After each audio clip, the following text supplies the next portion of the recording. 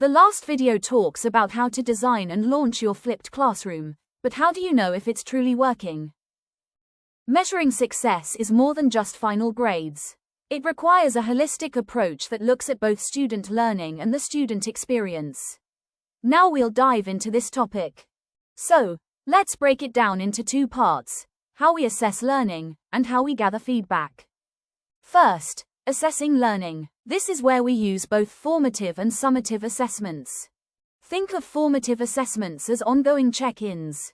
These are activities like quizzes, case study discussions, role-playing, or participation in online forums. They give you and your students immediate feedback on how well they're grasping the pre-class material, allowing you to adjust your teaching in real time. Then you have summative assessments. These are evaluations, like final projects or presentations. They measure the overall learning outcomes and tell you how much and how well students have learned throughout the entire course. But grades are only half the story. To get the full picture, we need to gather feedback on engagement and student experience. Here are 5 powerful methods. First, learning analytics. Platforms like Moodle can show you exactly how students interact with your materials. Are they watching the videos? Are they accessing the readings? This data provides invaluable, objective insights. Second, classroom observation. Simply watch what's happening during your in-class sessions.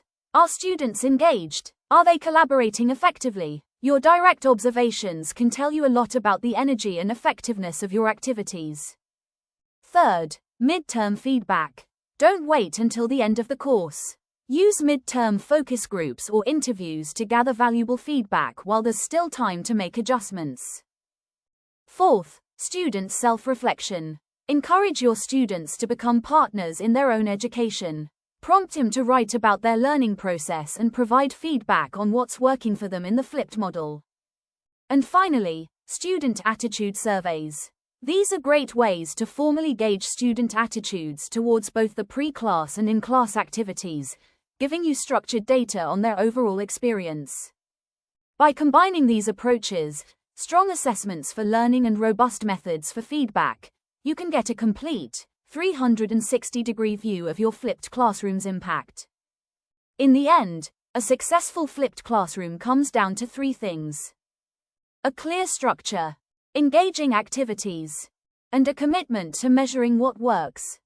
By balancing pre-class preparation with active in-class collaboration and using feedback to guide you, you can create a truly transformative learning experience for your students. Thank you for watching.